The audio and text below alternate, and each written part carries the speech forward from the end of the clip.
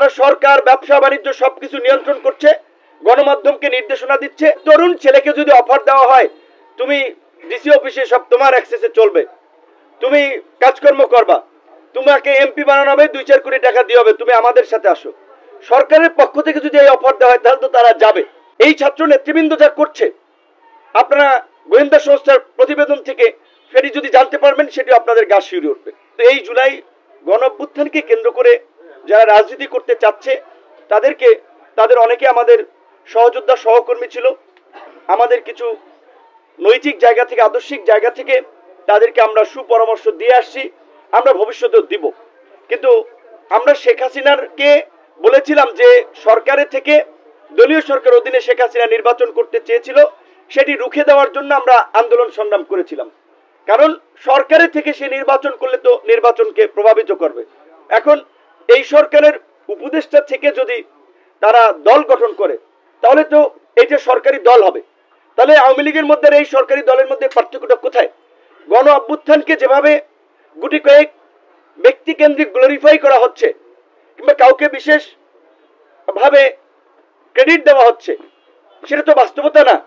এই গণ অভ্যুত্থানে বিএনপি জামাত সহ বিশেষ করে এই গণ অভ্যুত্থানের তরুণরা যে ভূমিকা রেখেছিল, 18 থেকে যারা কোনো সংস্কার আন্দোলন করেছিল, তাদের কথা ওইভাবে কোনো জায়গায় বলা হচ্ছে না।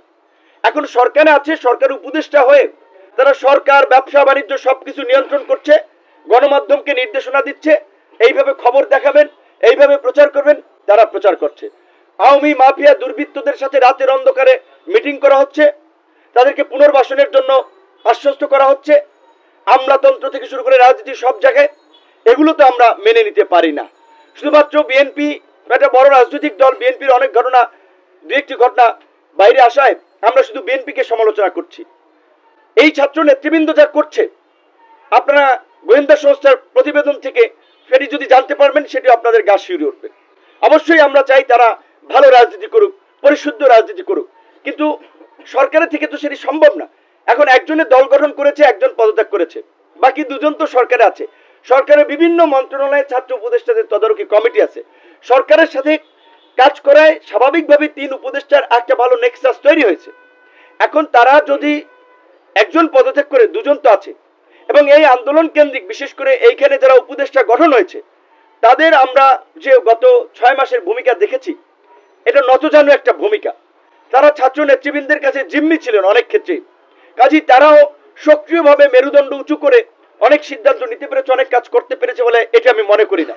এটি যদি করতে পারতো তাহলে দেশের এই আজকে পরিস্থিতি 6 মাস পরে এরকম হতো না, এবং 6 মাস পরে সেনা প্রধানের বলা লাগতো না পাবলিকলি এনাফ ইজ এনাফ। এবং আমরা মনে করি যে সেনা প্রধান যে স্পিরিটের জায়গা থেকে কথা বলেছেন সেটি যথার্থ। তিনি সংকটের আজ করতে পেরে কথা বলেছেন যে আপনারা এগুলো বন্ধ করেন, দ্রুত সময়ের মধ্যে নির্বাচনের দিকে হাঁটতে হবে। এছাড়া এখন আর গতি নাই, দেশি বিদেশি নানান ধরনের ষড়যন্ত্র হচ্ছে, বিভিন্ন এই ধরনের একটা খোলা অবস্থায় বিভিন্ন গোষ্ঠীকে ব্যবহার করা হচ্ছে। তো সেই জায়গা থেকে ছাত্র নেতৃবৃন্দ সহ অন্যান্য রাজনৈতিক দল, আমরা 42টি রাজনৈতিক দল হাসিনার বিরুদ্ধে আমরা আন্দোলন করেছিলাম একসাথে। এখন অনেকে গিয়েছে, তারা সরকারে আছে, শুভেচ্ছা জানাতে আমরাও জানাই, এটাতে দোষের কিছু না।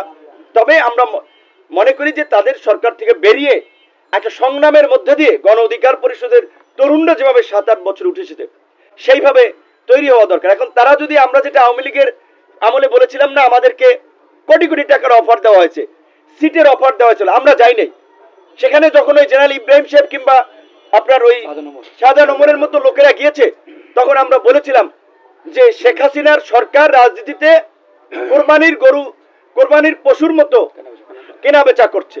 এখনো তো তাই দেখছি, অনেক মানুষকে যে আমাদের দুজন নেতা বা 2-1জনের কথা বললেন, আরে তরুণ ছেলেকে যদি অফার দেওয়া হয় তুমি ডিসি অফিসে সব তোমার অ্যাক্সেসে চলবে, তুমি কাজকর্ম করবা, তোমাকে এমপি বানানো হবে, 2-4 কোটি টাকা দিয়ে হবে, তুমি আমাদের সাথে আসো, সরকারের পক্ষ থেকে যদি এই অফার দেওয়া হয় তাহলে তো তারা যাবে।